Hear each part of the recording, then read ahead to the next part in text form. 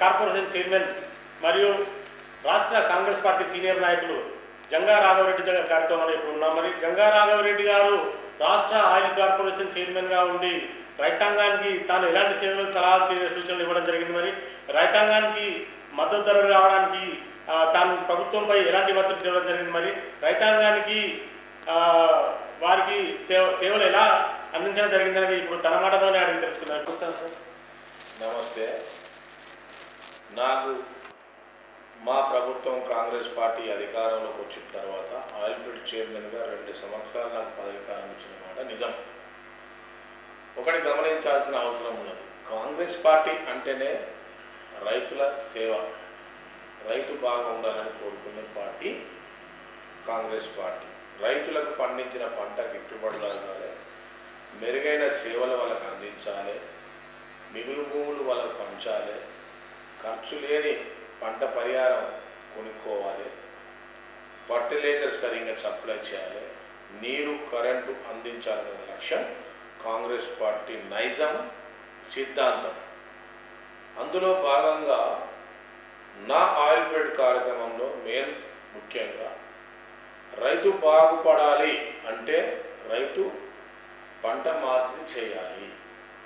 రైతు పంట మార్పిడి చేయకపోతే ఎప్పుడూ వరి వరి వరి పెట్టుకుంటా పోతే భూమి చౌడు భూమిగా మారాల్సిన అవసరం ఏర్పడుతుంది.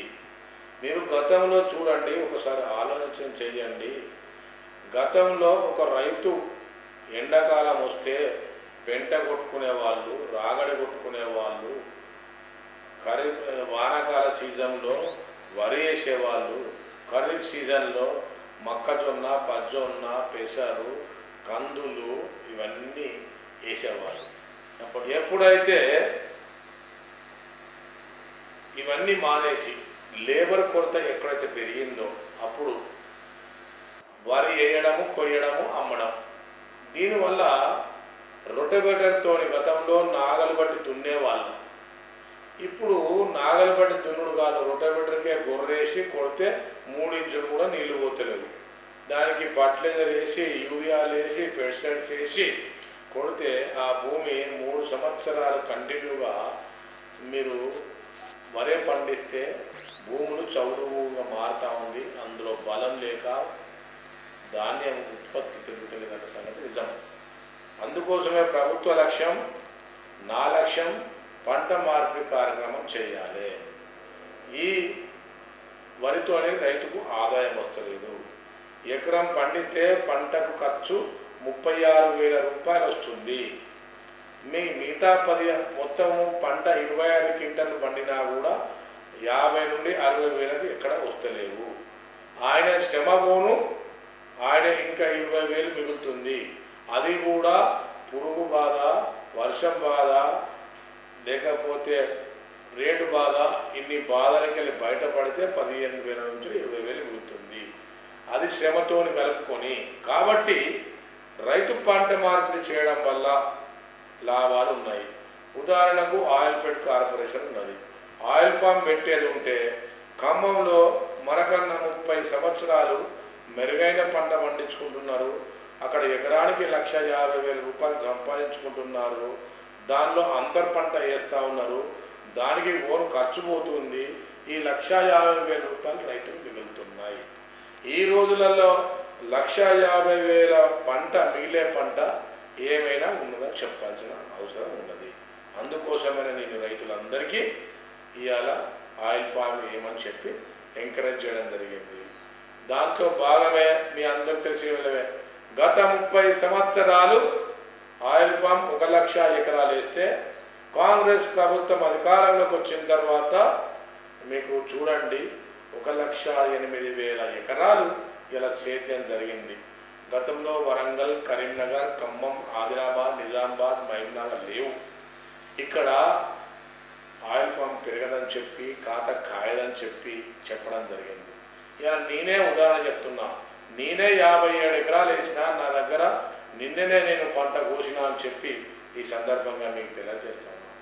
దాంతోపాటు నర్సంపేటలో, ఇవాళ కరీంనగర్లో, మహబూబ్నగర్లో, ఇవాళ అన్ని జిల్లాలలో ఇలా పంట కోత కార్యక్రమం జరుగుతుంది. ఈ పంటను లాభాలు చూసి రైతులు ఇలా మెరుగైన మేమేస్తాం అని చెప్పడం జరుగుతుంది. ఇలా మొక్కలే షార్టేజ్ ఉన్నాయని చెప్పి ఈ సందర్భంగా మీకు తెలియజేస్తా ఉన్నాం.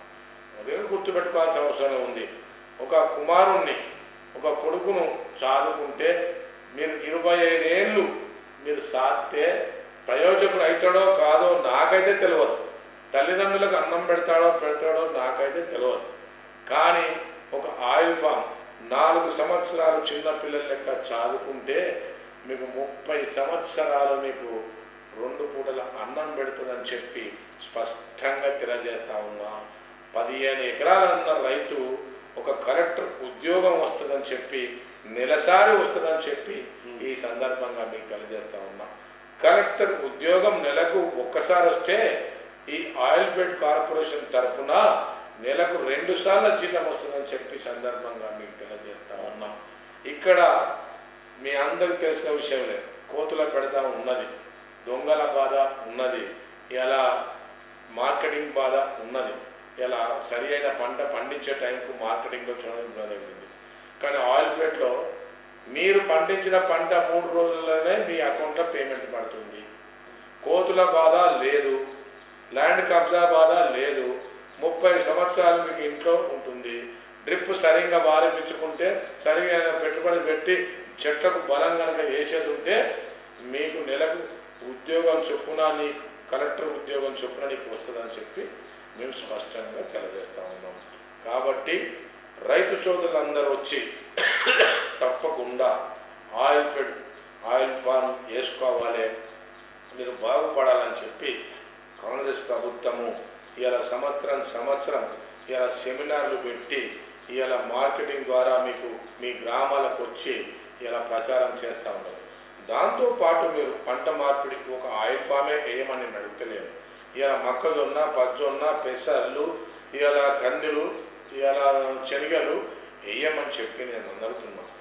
అయితే 4 సంవత్సరాల దాకా మేము ఆయిల్ ఫామ్ వేసుకుంటే మేము ఏం బతకాలని మీకు ఒక ఆలోచన రావచ్చు. నేనేమంటున్నా, ఆయిల్ ఫామ్లో మొక్క విస్తీర్ణము 57 మొక్కలు ఎకరానికి పడుతుంది. దాంట్లో అంతర్ పంట వేసుకోవచ్చు. అంతర్ పంట పల్లి వేసుకుంటారా, పెసర్లు వేసుకుంటారా, పత్తి వేసుకుంటారా, మొక్కజొన్న వేసుకుంటారా, మీరు మిర్చి వేసుకుంటారా, ఏదైనా పంట వేసుకోండి. కోకా వేసుకోండి, కోకా వేసుకోండి. ఇలా కోకా కూడా ఇలా ఎకరానికి 12,000 నుంచి 13,000 ఉంది. ఇలా మెకడామియా ఉంది, 3,500 రూపాయలు ఉన్నది. ఇలా ఇవన్నీ వేసుకోవచ్చు. అరటి వేసుకోవచ్చు, ఇలా పుచ్చ వేసుకోవచ్చు, ఇవన్నీ వేసుకోవచ్చు. అంతర్ పంట 4 సంవత్సరాలు మీకు ఖాళీ ఉండాల్సిన అవసరం లేదు. 4 సంవత్సరాల తర్వాత కూడా మీరు కోకో ఇలా అరటి ఆ నీడలో ఆ షేడ్లో వేసుకోవచ్చు అని చెప్పి ఈ సందర్భంగా నేను రైతులకు స్పష్టంగా తెలియజేస్తా ఉన్నా. ఇది సక్సెస్ఫుల్. తెలంగాణ భారతదేశంలోనే నెంబర్ 1 ఉన్నది. ఇలా మలేషియాలో ఇలా 14 టన్నులు వస్తున్నది. మన తెలంగాణలో ఇలా వరంగల్, కరీంనగర్ ఇలా 14 టన్నుల నుంచి 16 టన్నులు వస్తూ ఉన్నదని చెప్పి ఇలా బ్రహ్మాండమైన రేటు 25,000 రేటు ఉన్నదని చెప్పి ఈ సందర్భంగా మీకు తెలియజేస్తా ఉన్నాం. దాదాపు అందరూ రైతులు ఆయిల్ ఫామ్ పక్క చూడండి, మీ కుటుంబం బాగుపడుతుంది. రైతును రాజు చేసే దిశలో మీ కాంగ్రెస్ ప్రభుత్వము, మీ ప్రజలతో ఎన్నుకోబడ్డ రేవంత్ రెడ్డి గారు ముఖ్యమంత్రి గారు దీని మీద పర్టికులర్గా కాన్సన్ట్రేషన్ చేసి ఇవాళ 55,000 రూపాయల మీకు డ్రిప్ అందిస్తూ ఉన్నారు. దాంతోపాటు మీకు ఫ్రీగా మొక్కలు అందిస్తూ ఉన్నారు. దాంతోపాటు 4,200 రూపాయలు మీకు సంవత్సరానికి ఖర్చు కోసం అందిస్తూ ఉన్నాడు. అంతర్ పంట కోసం మీకు కూడా ఖర్చు కూడా ఇస్తూ ఉన్నారని చెప్పి ఈ సందర్భంగా మీకు తెలియజేస్తా ఉన్నాను. ఎందుకంటే ఇది రైతు సంక్షేమ పార్టీ, రైతే రాజు కావాలని కోరుకున్న పార్టీ. మీ అందరికి తెలిసిన విషయం లేదు. గత రాజశేఖర రెడ్డి గారు, వైఎస్ రాజశేఖర రెడ్డి గారు ఉన్నప్పుడు మీ అందరికి తెలిసిన లేదు. రైతులకు బాగుపడాలనే ఉద్దేశంతో ఇలా తెలంగాణలో ప్రాజెక్టులన్నీ మొదలుపెట్టి ఇలా ప్రాజెక్టులు 70% పూర్తి చేసిన ఘనత కాంగ్రెస్ పార్టీది. అతివృష్టితోని అనావృష్టితోని పంట పరిహారం ఇచ్చిన చరిత్ర ఇలా కాంగ్రెస్ పార్టీకి ఉన్నది. ఇలా రైతులకు రుణమాఫీ చేసిన చరిత్ర ఇలా వైఎస్ రాజశేఖర రెడ్డి గారికి ఉన్నది, రేవంత్ రెడ్డి గారికి ఉన్నది. మీ అందరికి తెలిసిన విధంగా ఇలా ఉచిత విద్యుత్తు మీద మొట్టమొదటి సంతకం పెట్టిన చరిత్ర కూడా ఇలా కాంగ్రెస్ పార్టీకే దక్కుతుందని చెప్పి ఈ సందర్భంగా మీకు తెలియజేస్తా ఉన్నాం. ఇలా మిగులు భూములు, బంజరు భూములు ఇలా పంపిన చరిత్ర ఇలా కాంగ్రెస్ పార్టీకి ఉన్నది. ఇలా సన్నబొడ్లకు 500 రూపాయల బోనస్ ఇచ్చిన చరిత్ర కూడా ఇలా కాంగ్రెస్ పార్టీకే దక్కుతుందని చెప్పి సందర్భంగా మీకు తెలియజేస్తా ఉన్నాం. కాబట్టి రైతులారా, రైతు సోదరులారా, వ్యవసాయం దండుగన్నోడిని ఇలా చెప్పులతో తరమండి. ఇలా వ్యవసాయదారునికే పిల్లనిస్తామని తిరుగుతూ ఉన్నారు. ఇలా డాక్టర్లు, ఇంజనీర్లు వదిలిపెట్టుకొని ఇలా వ్యవసాయం చేస్తూ ఉన్నారు. వ్యవసాయం దండగ కాదు. వ్యవసాయం ఉంటేనే భారతదేశం ఒక వ్యవసాయక దేశం. భారతదేశంలో వ్యవసాయం ఉంటే, వ్యవసాయం రైతు బాగుపడితే కూలి బాగుపడతాడు, కూలి బాగుపడితే వ్యాపారస్తులు బాగుపడతాడు. ఇలా వ్యాపారస్తుల పిల్లలు, కూలీల పిల్లలు ఇలా ఎడ్యుకేట్ అవుతారు, విద్యావంతులు అవుతారు, మేధావులు అవుతారని చెప్పి ఈ సందర్భంగా మీకు తెలియజేస్తా ఉన్నాను. మీకు తప్పకుండా వ్యవసాయాన్ని ఎప్పుడు కూడా మరవద్దని చెప్పి సందర్భంగా మీకు తెలియజేస్తా ఉన్నాను. ఆయిల్ పామ్ సాగు చేసే రైతులందరూ పెద్ద మొత్తంలో సాగు చేస్తున్నారు. ఆయిల్ పామ్ అంతా మరి పండించిన ఈ యొక్క పంట ఏదైతుందో మరి ఫ్యాక్టరీలలో అనుకూలమైన మద్దతు ధర లభిస్తుందా? మరి ఎలా ఉండబోతుంది? ఒకటి మీరు గమనించాల్సిన అవసరం ఉన్నది. గతంలో బ్యాడ్ టైంలో కూడా 16,000 ఉండే, ఇప్పుడు 25,000 రూపాయలు అయింది. గతంలో ఖమ్మంలో ఒకటే ఫ్యాక్టరీ ఉండేది, ఇలా ఖమ్మంలో 3 ఫ్యాక్టరీలు ఉన్నాయి. నర్మేటలో ఇవాళ ఒక ఫ్యాక్టరీ ఉన్నది. నిజంగా చెప్పాలంటే కాంగ్రెస్ పార్టీ అధికారంలో ఉంటే మాత్రము, ముందుగా కనుక తెలిస్తే మాత్రము నర్మేటలో ఫ్యాక్టరీ పెట్టేపోయేవాళ్ళం. ఇది జనగామలే పెట్టాలి. నిజంగా జనగామలో పెట్టకపోవడం కారణం అప్పుడున్న టీఆర్ఎస్ పార్టీ అసమర్థులు 100%. ఎందుకంటే మీకు జనగామలో పెడితే మైబాద్, గన్పూర్, హన్మకొండ, తొరూరు, పాలకుర్తి, ఆలేరు, భువనగిరి ఇవన్నీ సెంటర్ అయ్యేది. ఇప్పుడు తీసుకుపోయి నర్మేటలో పెట్టింది. అంటే ఇదంతా ట్రాన్స్పోర్టు ఇలా చాలా పెరుగుతుంది. ఇలా ఆయిల్ పామ్ మీద, ఆయిల్ ఫ్యాక్టరీల మీద బర్డన్ కూడా పెరుగుతుంది. అంటే ఒక సంవత్సరానికి 20 కోట్ల నష్టం జరుగుతూ ఉంటుంది. కాబట్టి నెక్స్ట్ కూడా తప్పకుండా తొర్రూరులో అయినా, జనగాంలో అయినా తప్పకుండా ఫ్యాక్టరీ పెట్టాలి. రైతులకు అందుబాటులో ఉంటుంది. దీనివల్ల రైతులకు లాభం లేకుండా ఫ్యాక్టరీకి లాభం ఉంటుంది. ఆయిల్ ఫెడ్ బాగుంటే ఇంకా ఎక్కువ ఫ్యాక్టరీలు పెడతారు. కాబట్టి ఆయిల్ ఫెడ్ బాగుపడాలంటే తొర్రూరు అయినా, జనగాం అయినా పెడితే లాభం ఉంటుంది. జనగాంలో ల్యాండ్ ఉంది, తొర్రూరులో ల్యాండ్ ఉంది. జనగాంలో 51 ఎకరం ఉంది, తొర్రూరులో 61 ఎకరం ఉంది. సిద్ధంకిలో ఉంది, ఇటు అరిపిరాల్లో ఉంది. కాబట్టి తప్పకుండా ఫ్యాక్టరీ పెట్టాలని ప్రభుత్వం కూడా ఈ 2 చోట్ల ఎక్కడ ఉన్నో కాడ పెట్టే ఆలోచనలు కూడా చేస్తూ ఉన్నదని చెప్పి సందర్భంగా మీకు తెలియజేస్తాం. ముఖ్యంగా మీరు తెలుసుకోవాల్సిన అవసరం ఉన్నది. ఆయిల్ ఫ్యాక్టరీ వల్ల, ఆయిల్ ఫామ్ వల్ల మీకు పెద్ద ఖర్చు ఏం లేదు. మొక్క 25 రూపాయలు మాత్రమే ఫార్మర్ చెల్లిస్తాము, మిగతా ఖర్చు అంతా ప్రభుత్వం వ్యాపారిస్తాము. అదేవిధంగా డ్రిప్ ఇరిగేషన్ కూడా ఇప్పుడు బీసీలకు 80%, ఎస్సీలకు 100%, ఓసీలకు 30% సబ్సిడీ. ఇప్పుడు సబ్సిడీ కూడా ఇస్తుంది. కాబట్టి ఎలాంటి ప్రాబ్లం లేదు. కానీ ఒకటే మీరు అర్థం చేసుకోవాల్సిన అవసరం లేదు, బాగా ఫర్టిలైజర్ చేయొద్దు. మీరు గతంలో మీరు ఒక 10 ఇంట్లో ఒక 10 బర్రెలు పెంచుకొని బర్రెల పేడ అంతా మీకు ఆయిల్ ఫామ్ చేయండి, లాభం జరుగుతుంది. మీకు అలాంటి సేంద్రియ ఎరువు పాటిస్తే చెట్లకు బరువు వస్తుంది. ఎంత కొడుకు ఎంతైతే ఫుడ్ పెడితే ఆరోగ్యంగా ఉంటాడో చెట్లకు కూడా అదే విధంగా ఎంతైతే ఫెర్టిలైజర్ పెడతారో, ఎంతైతే బలం పెడతారో అంత ప్రొడక్షన్ వస్తుంది. ఎకరానికి 14 నుంచి 16 టన్నులు వచ్చే అవకాశాలు ఉన్నాయి. మీరు అందరు కష్టపడాలని చెప్పి నేను రైతులకు తెలియజేస్తాను. పామాయిల్ సాగని పామాయిల్ ఉంటుంది కదా, పామాయిల్ ఓన్లీ వంటలకే ఉపయోగిస్తారా, దేనికైనా ఉపయోగిస్తారు? ఒకటి మీరు గమనించాల్సిన అవసరం ఉన్నది, ఈ ఫామ్ ఆయిల్తో ఒక వేస్ట్ కూడా పోదు. మీరు నట్స్ ఉన్నాయి, ఫామ్ ఆయిల్ విత్తనం, దాంట్లోకి వెళ్ళి ఆయిల్ వెళ్తుంది. మీరు ఫామ్ ఆయిల్కి వెళ్ళి గింజలకి వెళ్ళి ఆయిల్ వెళ్తుంది.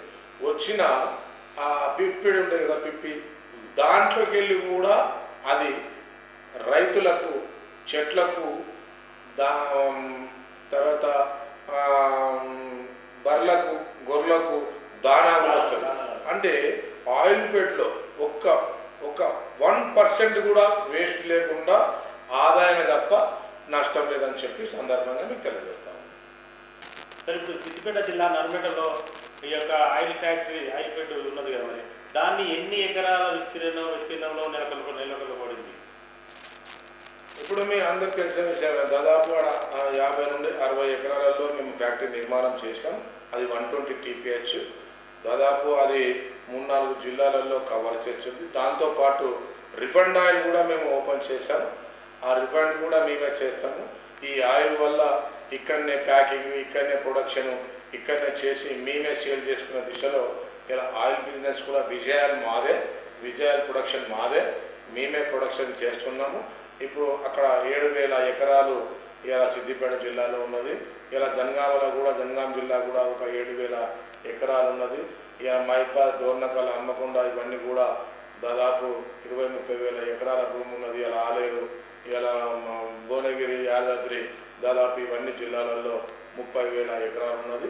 కాబట్టి ఇక్కడ మనకు ఫ్యాక్టరీ సరిపోయేంత, ఇంకొక 1 ఇయర్ అయితే, ఈ సీజన్ అయిపోతే ఇంకొక ఫ్యాక్టరీ సరిపోయేంత మనకు ఆయిల్ ఫామ్ విస్తీర్ణం జరిగింది. తప్పకుండా ఇంకొక ఫ్యాక్టరీ కూడా పడుతుందని చెప్పి మీకు సందర్భంగా మేము తెలియజేస్తాం.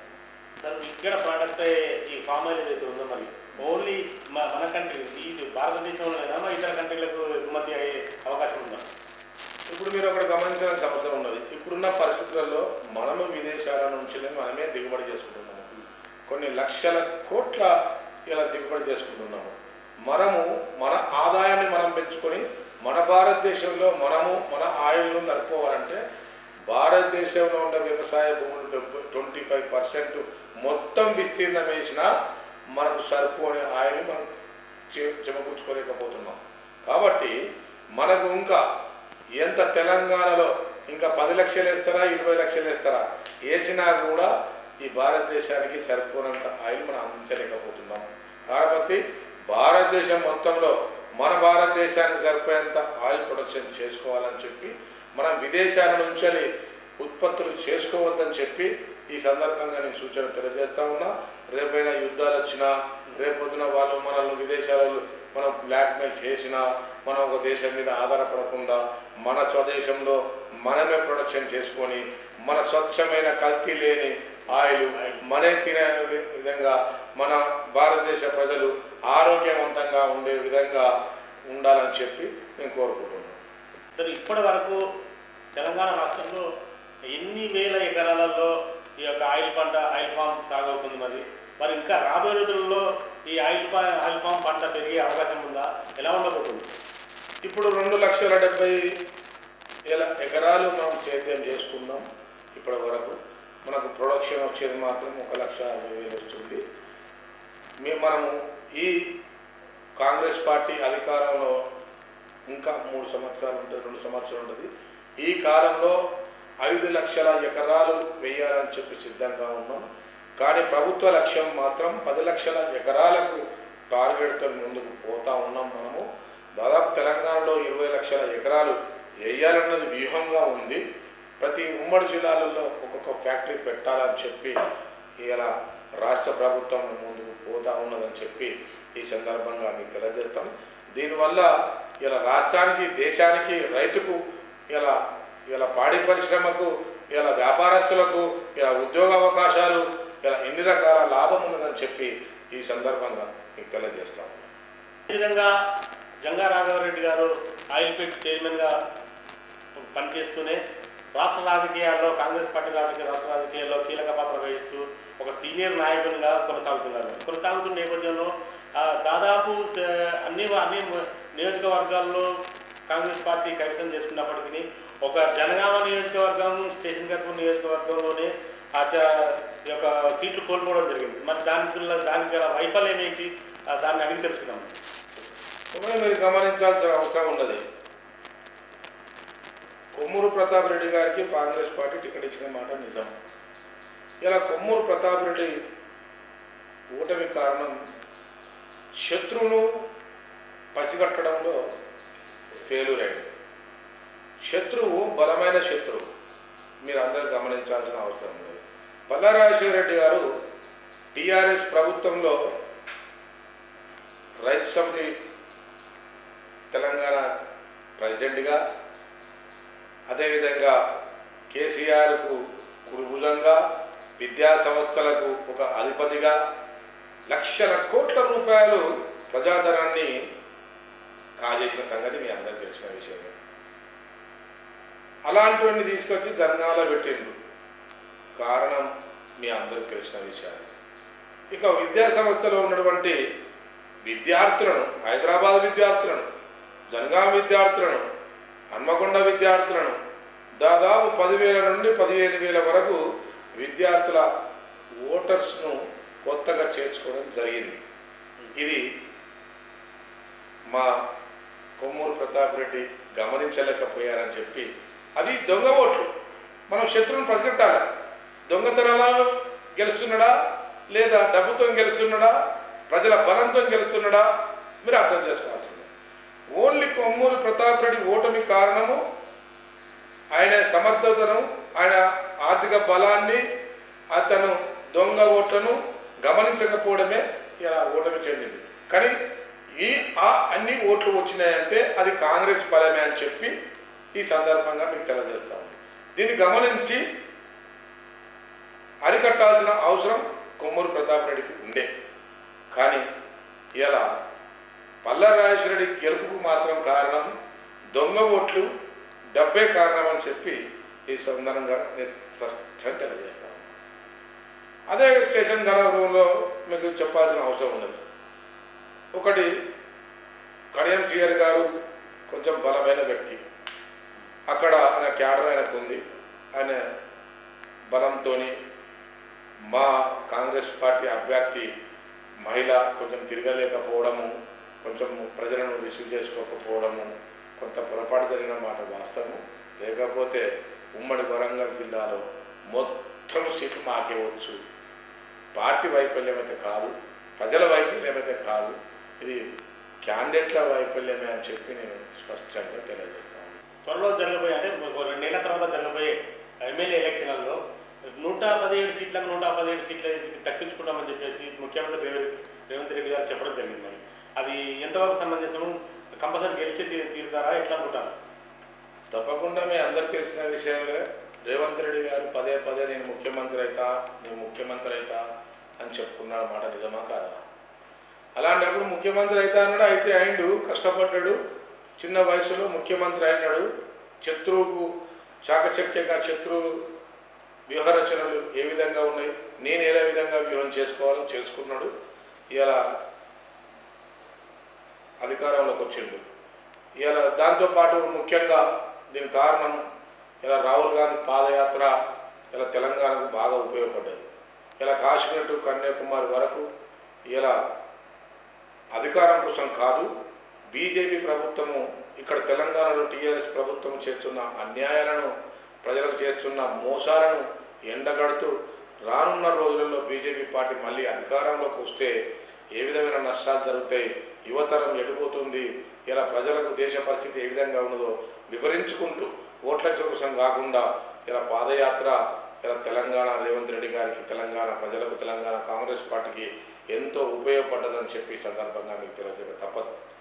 దాంతోపాటు భారతదేశంలో కాంగ్రెస్ పార్టీ అవసరం ఉన్నది, తెలంగాణలో ప్రధానంగా అవసరం ఉన్నది. మీ అందరికీ తెలిసిన విషయమే. ఉద్యమాలు చేసి ఎన్నో ఉద్యమాలతోనే 74 సంవత్సరాల ఆరాటం, పోరాటం, అమరవీరుల త్యాగంతో తెలంగాణ సోనియా గాంధీ గారు అమాయక ప్రజలు చనిపోతూ ఉన్నారు, వాళ్ళది న్యాయమైన కోరిక తెలంగాణ ఇవ్వాలని మాట ఇచ్చి తెలంగాణ ఇచ్చిన మాట నిజం. కానీ తెలంగాణ ప్రజలు సెంటిమెంట్ ప్రజలు కాబట్టి ఒకసారి తెలంగాణ కేసీఆర్ కొట్లాట చేసిండు, తెలంగాణ ఒకసారి కేసీఆర్కి ఇద్దామని ఇచ్చిన మాట కేసీఆర్ గారు వారికి అధికారాన్ని నిలబెట్టుకోలేకపోయారు. ఎందుకంటే మీ అందరికి తెలిసిన విషయం లేదు, ఈ రాష్ట్రం తెలంగాణ విభజన జరిగినప్పుడు మీ అందరికి తెలుసు మిగులు బడ్జెట్ ఉండే. అదే తెలంగాణ విభజన జరిగిన తర్వాత వచ్చిన తర్వాత ఇలా లక్షల కోట్లు అప్పు చేసింది. ఇలా అప్పు చేసి ఏం చేసిండ్రయ్యా, ప్రజలకు ఏమన్నా ఆస్తులు కూడా పెట్టారా, లేకపోతే విద్యా సంస్థలు అభివృద్ధి చేశారా, వైద్య సంస్థలు అభివృద్ధి చేశారా, నీటి సమస్యలు అభివృద్ధి చేశారా, లేకపోతే ఉద్యోగ అవకాశాలు పెంచారా అన్నది ముఖ్యం.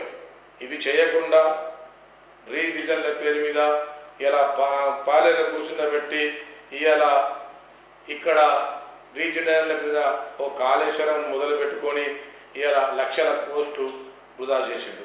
ఇలా కాలేజీ ప్రాజెక్టును ఇలా మొత్తం కూలిపోయింది. ఎవరైతే కట్టిండో, ఎవరైతే అంత ధనం వేస్ట్ చేసిందో ఇలా కూలిపోయింది. ఇలా మీ అందరికి తెలిసిన మిషన్ భగీరథ ఉన్నది. మిషన్ భగీరథ ఇలా ఎక్కడైనా నీళ్ళు వస్తున్నాయా చెప్పాల్సిన అవసరం ఉన్నది.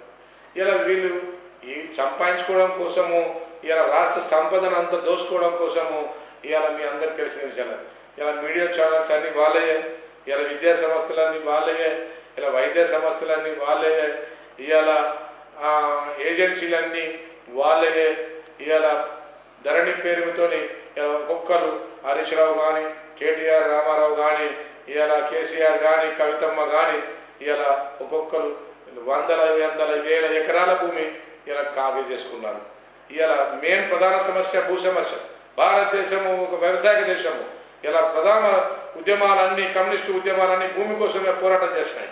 అలాంటి భూ పోరాటంలో ఇలా కేసీఆర్ ప్రభుత్వం వచ్చిన తర్వాత ధరణి పేరు మీద మళ్ళీ భూములన్నీ కాల్ చేసుకొని లక్షల కోట్ల రూపాయలు ఇలా మిగులు రాష్ట్రం ఉన్నటువంటి రాష్ట్రాన్ని ఇలా అప్పులమయం చేసినది.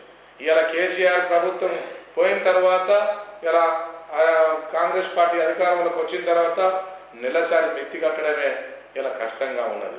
ఇంత కష్టకాలంలో ఉద్యోగాలకు జీతాలు ఇచ్చే ప్రాబ్లమ్స్ ఉన్నాయి. అలాంటి నెలసరే జీతాలు ఇచ్చుకుంటా ఇలా విద్యా సంస్థలను, ఇలా వైద్య సంస్థలను, ఇలా రైతుల సమస్యలను ఎంబడెంబడే పరిష్కారం చేసుకుంటూ ఈ అప్పులమయంలో, ఈ అప్పుల కుప్పలో రైతు కూలీలకు, ఇలా ప్రజలకు, యువతరానికి ఎలాంటి ఇబ్బందులు రాకుండా ఇలా కాపాడుకుంటా అప్పులను కూడా ఇలా తగ్గించుకుంటా ఇలా ముందుకు పోతున్న ప్రభుత్వము ఇలా కాంగ్రెస్ ప్రభుత్వం. కాబట్టి ఇలా టీఆర్ఎస్ ప్రభుత్వం వైఫల్యం జరిగింది కాబట్టే ఇలా ప్రజలు కాంగ్రెస్ పార్టీని ఇలా గెలిపించిండ్రు. కాంగ్రెస్ పార్టీ అధికారంలోకి వచ్చిన తర్వాత ఇచ్చిన హామీలలో ప్రధాన హామీ ఇలా రైతులకు 2 లక్షల రూపాయలు రుణమాఫీ చేస్తాము. ఇలా 2 లక్షల రూపాయలు ఇలా రుణమాఫీ చేపించిండ్రు, చూపించుకున్నారు. ప్రధాన సమస్య, రెండో సమస్య మహిళలు ఇలా 50% అన్న సంగతి మన ముందుకు తెలిసిన విషయం. ఇలా రైతులకు ట్రాన్స్పోర్ట్ మీద, ఇలా బస్సుల ఉచిత ఫ్రీ మీద ఇలా నెలకు 5,000 రూపాయలు ఇలా ఒక కుటుంబానికి మిగులుతున్నాయంటే ఇది నిజమా కాదా అని చెప్పి సందర్భంగా నేను అడుగుతా ఉన్నా.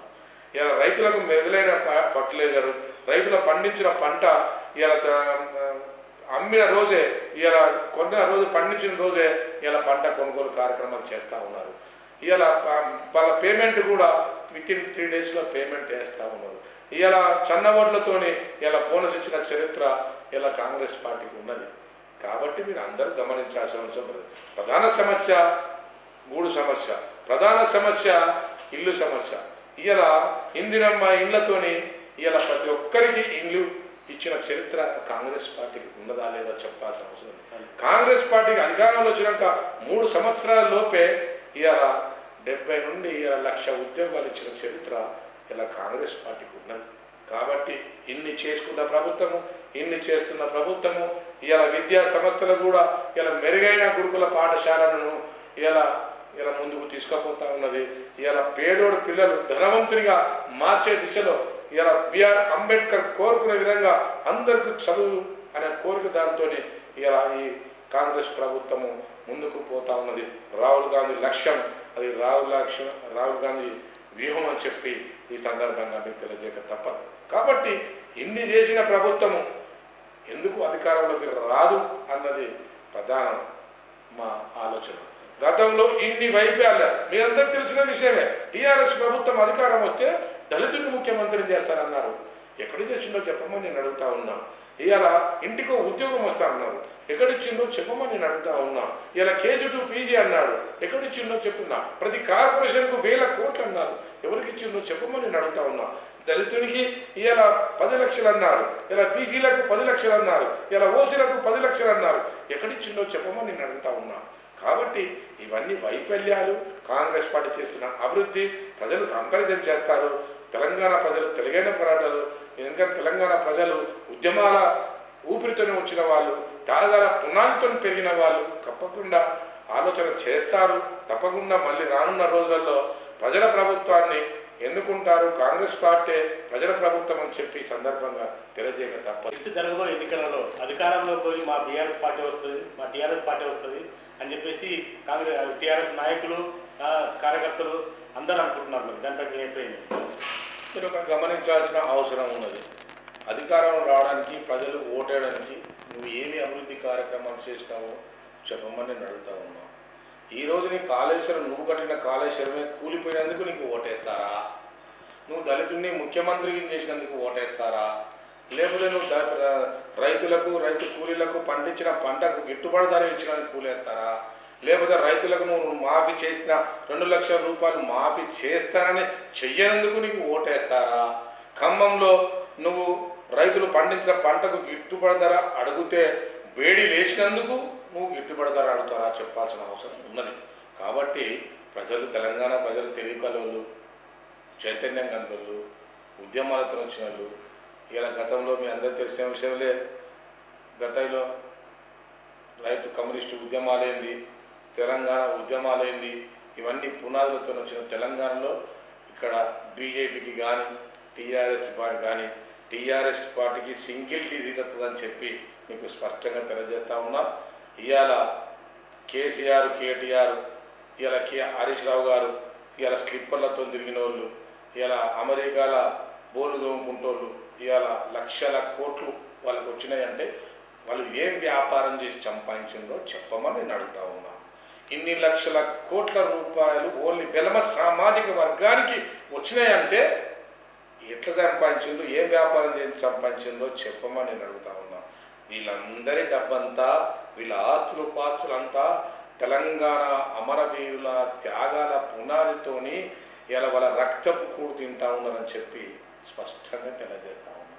కాబట్టి టీఆర్ఎస్ పార్టీ ఊడుసుకపోతుంది అని చెప్పి, సింగిల్ డిజిట్ అని చెప్పి సందర్భంగా మీకు తెలియజేస్తాం.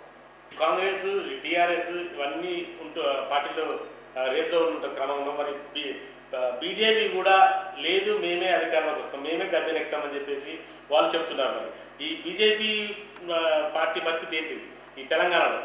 మీరు గమనించాల్సిన అవసరం ఉన్నది.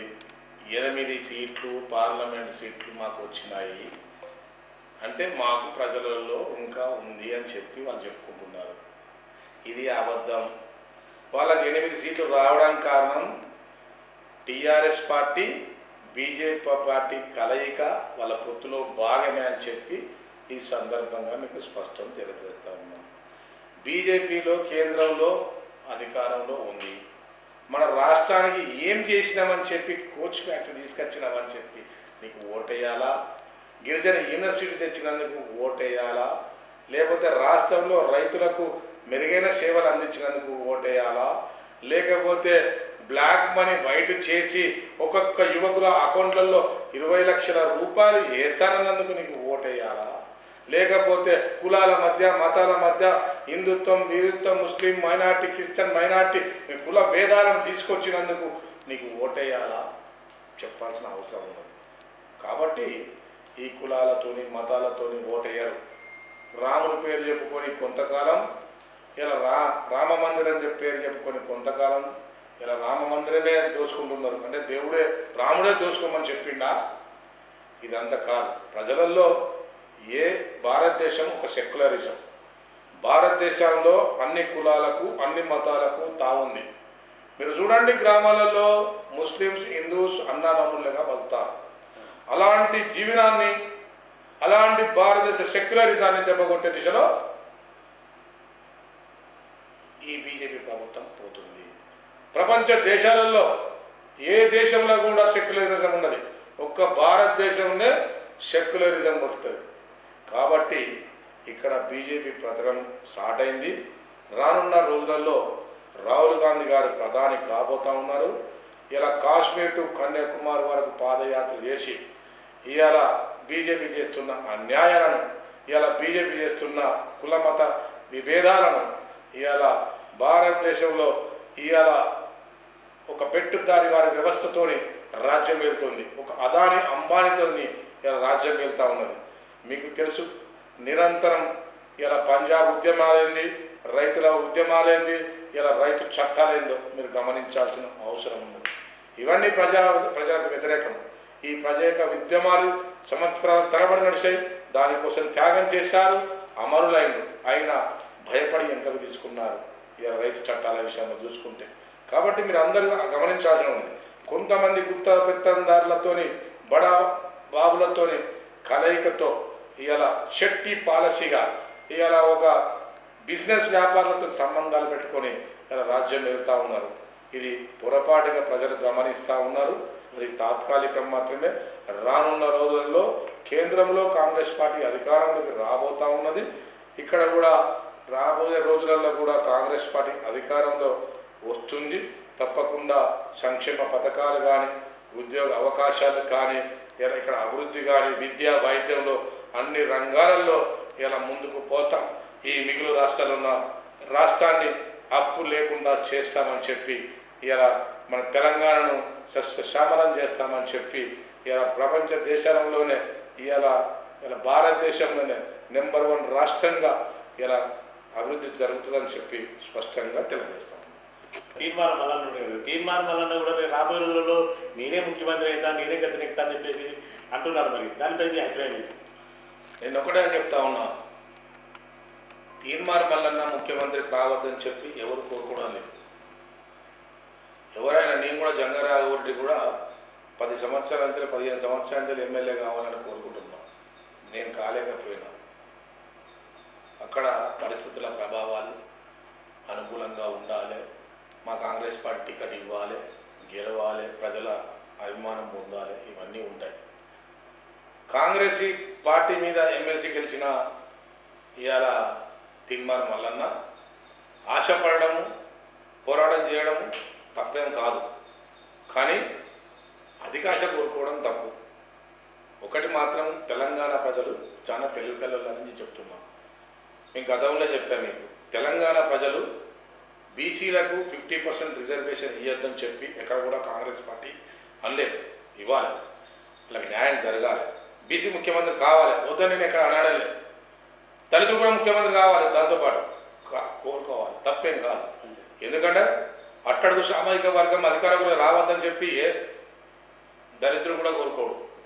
కానీ పరిస్థితుల ప్రభావాలు, ఆర్థికపరమైన భారాలు, వాళ్ళ తెలివితేటలు కావాలి. బిఆర్ అంబేద్కర్ గారు అందుకోసమే చాలామంది కూడా రిజర్వేషన్స్ ఎత్తేయాలి, తర్వాత సబ్సిడీలను తీసేయాలి, ఇవన్నీ కోరుకుంటున్నాడు. భారత రాజ్యాంగంలో రాయబడ్డ ఆ రిజర్వేషన్లు ఎస్సీలు, బీసీలు సామాజిక వర్గం అభివృద్ధి చెందే వరకు ఉండాలి, వాళ్ళు చైతన్యవంతమయ్యే వరకు ఉండాలి. వాళ్ళు 100 సంవత్సరాల తరబడి వెనుకబడిన వాళ్ళు అభివృద్ధిమయ్యే వరకు ఉండాలని కోరుకున్నారు. తప్పదు.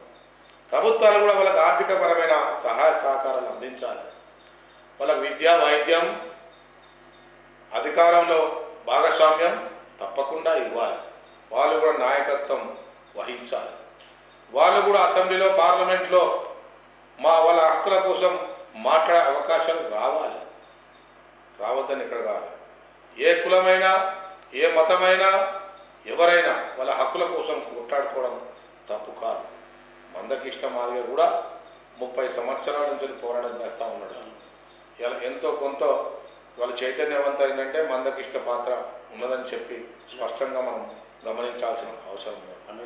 ఎస్, మందకృష్ణ మాదిగ అయితే ఎట్లయితే చైతన్యం చేసుకున్నాడో, కానీ ఓట్ల కాడికి వచ్చే వరకు ఆయనకు డిపాజిట్ గర్లైతున్న మాట మనం మర్చిపోవద్దు. ఓటు వేరు, హక్కులు వేరు, పోరాటం వేరు. రేపు పొద్దున తీర్మానం మల్లన్న కూడా పోరాటం చేయాలి, బీసీ సామాజిక వర్గం కోసం పోరాటం చేయాలి, హక్కుల కోసం పోరాటం చేయాలి. సరే, రాజ్యాధికారం వస్తుంది అనుకుంటే సంతోషంగానే భావిస్తాం తప్ప దాన్ని వాళ్ళ కులం బాగుపడుతుందంటే, వాళ్ళ బీసీలు బాగుపడతారంటే ఎవరు వ్యతిరేకించే వాళ్ళు లేరు అని చెప్పి స్పష్టంగా తెలియజేస్తాను. నేను కూడా మా రెడ్డి సంఘం మీటింగ్లకు పోతాను. తప్పకుండా మా రెడ్డిలు అంటే కూలి కొత్త వాదురా అనే కథ ఉన్నది. మా దాంట్లో కూడా ఇవాళ అడక తినటోళ్ళు ఉన్నారు, కూలికి పోయే వాళ్ళు ఉన్నారు, వాళ్ళు కూడా పేదోళ్ళు. ఈ రాష్ట్రంలో దేశంలో రెండే కులాలు ఉండాలి, ఒకటి ఉన్నోడు, ఒకటి లేనోడు. ఈ రెండే కులాలను కోరుకున్నామని నేను అని చెప్పి సందర్భంగా నేను కోరుతున్నాను. ఆ సామ్రాజ్యవాదం రావాలి, ఆ ప్రభుత్వం రావాలి, ఆ ప్రజా పరిపాలన రావాలని కోరుకుంటున్నాం. తప్పకుండా ఎన్నడో రోజు మాత్రం కాంగ్రెస్ సాయంలో పట్టే తప్పకుండా ఉన్నోడు లేనోడు అనే రెండే కులాలు ఉంటాయి. ఈ రెండే కులాల మీదనే నడుస్తాయి. కుల వివక్షణ ఉండద్దు, అందరం మనుషులము, అందరం ఒకటిగా ఉండాలన్నదే నా లక్ష్యం అని చెప్పి ఈ సందర్భంగా మీకు తెలియజేస్తాను. రాష్ట్ర ముఖ్యమంత్రి రేవంత్ రెడ్డి పరిపాలన ఈ రాష్ట్రంలో, తెలంగాణ రాష్ట్రంలో ఏ విధంగా ఉంది? పేద ప్రజలు ఏమనుకుంటున్నారు? మరి ప్రభుత్వ సంక్షేమ పథకాలు అందరికీ అందుతున్నాయా? మరి ఎలా ఉంది ముఖ్యమంత్రి పనితీరు? మీరు అందరూ చూసండి, గతంలో టీఆర్ఎస్ ప్రభుత్వం చూశారు, టీడీపీ ప్రభుత్వం చూశారు, కాంగ్రెస్ ప్రభుత్వం చూశారు. ఇలా గతంలో వైఎస్ రాజశేఖర రెడ్డి చూశారు. ఇలా వైఎస్ రాజశేఖర రెడ్డి ఇలా తెలంగాణలో ఉమ్మడి ఆంధ్రప్రదేశ్లో దేవుడిగా మిగిలిపోయాడు. ఆయన సంక్షేమ పథకాలు ఈరోజు ఆయన చనిపోయి 10 సంవత్సరాలు అయినా కూడా ఇలా మరవలేని చరిత్ర ఇలా ప్రతి ఒక్కరికి ఉన్న సంగతి మర్చిపోవద్దు. ఇలా కేసీఆర్ను మీ అందరూ చూస్తూ ఉంటేనే ఈ సంవత్సరానికి భూస్థాపితం చేయబడుతుందని చెప్పి స్పష్టంగా మీకు తెలియజేస్తా ఉన్నాను. ఎందుకంటే చరిత్రహీనులు మిగులు రాష్ట్రాల్లో ఉన్నటువంటి రాష్ట్రాన్ని ఇలా అప్పులమయం చేసిండు. కాంగ్రెస్ పార్టీలో నాయకత్వ ధోరణి ఉంటుంది. మీరు ఒక్కసారి అధికారం వస్తే ఒక నాయకుడు 100 కోట్లు 1000 కోట్లు సంపాదించుకున్నారు టీఆర్ఎస్ పార్టీలో. కాంగ్రెస్ పార్టీలో ఇవాళ 30 సంవత్సరాలు అధికారంలో ఉన్నా, 40 సంవత్సరాలు అధికారంలో ఉన్నా కూడా ఇవాళ ఇంట్లో కూర్చున్నామంటే కుర్చీలు లేని మంత్రులు ఉన్నారని చెప్పి స్పష్టంగా మేము తెలియజేస్తా ఉన్నాం. ఉదాహరణకు మాదాడి నరసింహారెడ్డిని చూడండి, ఇవాళ మీరు బతికున్న ఇవాళ మా బస్వరాజ్ సార్ని చూడండి, ఇవాళ మీరు మా ఆర్ఎండ్బి మంత్రి ఇవాళ పురుషోత్తమరావు గారు చూడండి. వాళ్ళ ఇంటికి పోతే కుర్చీలు కూడా ఉన్నాయండి, కుర్చీలు కూడా ఉన్నాయి. మరి టీఆర్ఎస్ పార్టీ అధికారంలోకి వచ్చిన తర్వాత కేటీఆర్కు 100,000 ఎకరాలు, కేసీఆర్కు 1000 ఎకరాలు, హరీష్ రావుకు లక్షల ఎకరాలు, లక్షల కోట్లు, 1000 కోట్లు ఎక్కడి నుంచి వచ్చినాయి? 1-2 టర్ములు ఉంటేనే ఎట్లా సంపాదించారు? ఎవరి సంపాదన? ఎవరు దోచుకున్నారు? ఎవరి దాచుకున్నారు? ఒకసారి గమనించాల్సిన అవసరం. ఇది ప్రభుత్వ విధానాల గురించి చెప్తున్నాం. అందుకోసమని ఇవాళ కాంగ్రెస్ ప్రభుత్వంలో మీకు చెప్తా ఉన్నాం, నీ దాంట్లో నీ మాటలు నేర్చిన, మూటలు నేర్చిన, మోసాలు నేర్చుకున్న నీ మామ అల్లుళ్ళు నీ తండ్రి తప్ప ఎవరున్నారో చెప్పమని నేను అడుగుతా ఉన్నాను. అదే కాంగ్రెస్ ప్రభుత్వంలో దేశం కోసం త్యాగం చేసిన, ఈ రాష్ట్రానికి కాదు దేశానికే ఆయన ప్రాణాన్ని త్యాగం దేశం కోసం త్యాగం చేసిన ఇవాళ ఉత్తముడు ఉన్నాడు, ఉత్తమ్ కుమార్ రెడ్డి గారు ఉన్నారు. ఇలా పిల్లలే ప్రజలు అనుకొని, ఇలా సంపదే ప్రజలు అనుకొని నడిపించే ఇలా ఉత్తముడు ఉన్నాడు. ఇవాళ మీ అందరికీ తెలుసు, శ్రీపదరావు గారు దేశం కోసం త్యాగం చేసిన శ్రీపదరావు గారు ఉన్నారు. ఆయన కుమారుడు శ్రీధర్ బాబు గారు ఉన్నారు. ఇవాళ ఎంత మంచి నాయకులు ఉన్నారో మీరు చెప్పాల్సిన. ఇవాళ దళితుల నుంచి వచ్చిన ఇలా బట్టి విక్రమార్క ఉన్నారు. ఇలా కాంగ్రెస్ పార్టీ ఇలా విడవకుండా ఒకటే కాంగ్రెస్ పార్టీలో సంవత్సరాల తరబడి ఇలా ఆయన బతికే కాంగ్రెస్ పార్టీ నడుతున్న ఇలా బట్టి విక్రమార్క ఉన్నాడు. ఇవాళ దామోదర్ రాజనరసింహ ఎస్సీ సామాజిక వర్గానికి చెందిన ఇలా నాయకుడు, మంచి నాయకుడు ఉన్నాడు. ఇలాంటి నాయకులను చెప్పుకుంటా పోతే ఈ ఎంతమంది ఉన్నారో చెప్పమని నేను అడుగుతాను. ఇవాళ రేవంత్ రెడ్డి గారు ఇవాళ మెరుగైన నాయకుడు, ఉత్తమ నాయకుడు, ఇవాళ యువ నాయకుడు, ఇవాళ శత్రువుకు సమాధానం చెప్పే నాయకుడు, ఇవాళ రాష్ట్రానికి మెరుగైన సేవలు యువతరానికి అందుబాటులో ఉండి, ఇవాళ రైతాంగానికి అందుబాటులో ఉండి, ప్రజలకు నేరుగా సంబంధాలు ఏర్పరచుకొని ఇలా వికేంద్రీకరణ ప్రధాన ప్రభుత్వాన్ని నడిపే ప్రభుత్వం ఇలా కాంగ్రెస్ ప్రభుత్వం అని చెప్పి స్పష్టంగా మేము తెలియజేస్తా ఉన్నాం. కాబట్టి కాంగ్రెస్ పార్టీ బతకాలి. కాంగ్రెస్ పార్టీ బతికితేనే పేదరికం నిర్మూలన జరుగుతుంది.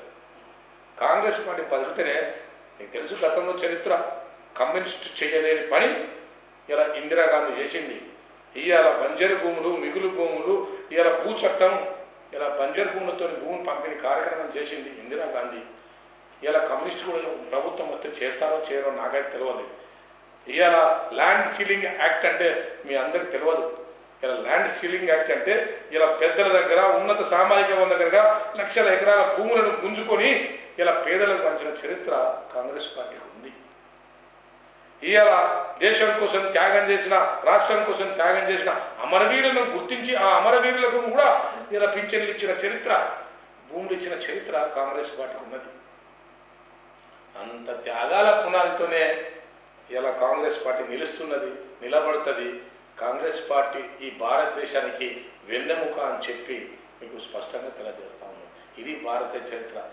నీకు ఒక 10 రోజులు కూర్చొని మాట్లాడుకున్నా నీ స్పీచ్కు, నీ రికార్డుకు అందనంత చెప్పవచ్చు మా చరిత్ర, మా త్యాగం. అంత చరిత్ర ఈ కాంగ్రెస్ పార్టీకి ఉన్నదని చెప్పి స్పష్టంగా తెలియజేస్తున్నా. రానున్న రోజుల్లో తెలంగాణలో, భారతదేశంలో కాంగ్రెస్ పార్టీని కైవసం చేసుకుంటాం, మెరుగైన సేవలను అందిస్తామని చెప్పి ఈ సందర్భంగా నేను తెలియజేస్తున్నాను. రాష్ట్ర ఆయిల్ ఫెడ్ కార్పొరేషన్ చైర్మన్ మరియు కాంగ్రెస్ పార్టీ రాష్ట్ర సీనియర్ నాయకులు జంగా రాఘవరెడ్డి గారితో ప్రత్యేక ఇంటర్వ్యూ కార్యక్రమం. రాష్ట్రంలో రాబోయే రోజుల్లో తెలంగాణ రాష్ట్రంలో కంపల్సరీ అటు ఢిల్లీలోను ఇటు తెలంగాణలో కాంగ్రెస్ పార్టీ జెండా ఎగరవేయడం లక్ష్యంగా ముందుకెళ్తున్నామని చెప్తున్నారు. మరి ఆయిల్ పంట సాగు చేసే రైతులకు కూడా తను ఎన్నో సహాయ సహకారాలు అందించడం జరిగింది. మరి పంట వేసుకుంటే అధిక లాభాలు వస్తాయని చెప్పి సూచన చేయడం జరిగింది. ఒక 18,000 ఉన్న టన్నుకు 18,000 ఉన్న దాన్ని కూడా ప్రభుత్వంపై ఒక రేటు కూడా పెంచడం 25,000 పెంచడం జరిగింది. మరి ఇలా అనేక సంక్షేమ పథకాలలో రేవంత్ రెడ్డి పరిపాలన చాలా సంతోషకరంగా ఉందని చెప్పేసి ధీమా వ్యక్తం చేస్తున్నాం. మరి రాబోయే రోజులలో మాత్రం కంపల్సరీ కాంగ్రెస్ పార్టీ జెండా ఎగరవేయడమే లక్ష్యంగా ముందుకు సాగుతాము, కార్యకర్తలతో మమేకమై ముందుకు సాగుతామని చెప్తున్నాం. మరి రాబోయే రోజులలో కాంగ్రెస్ పార్టీ అటు ఢిల్లీ అటు దేశంలోనూ రాష్ట్రంలోనూ జెండా ఎగరవేయబోతుందా లేదా అనేది చూద్దాం. కెమెరా పర్సన్ క్రాంతితో శ్రీనివాస్, జేఎన్టీవీ జనగాం. అతి తక్కువ సమయంలో మీ వ్యాపార సామ్రాజ్యాన్ని పెంచుకోవాలనుకుంటున్నారా? తక్కువ ఖర్చుతో ఎక్కువ పబ్లిసిటీ చేయాలనుకుంటున్నారా? అయితే ఇంకెందుకు ఆలస్యం? మీ జేఎన్టీవీ తెలంగాణ ఛానల్లో అతి తక్కువ ఖర్చుతో ప్రకటనలివ్వండి, అత్యధిక లాభాలను సాధించుకోండి.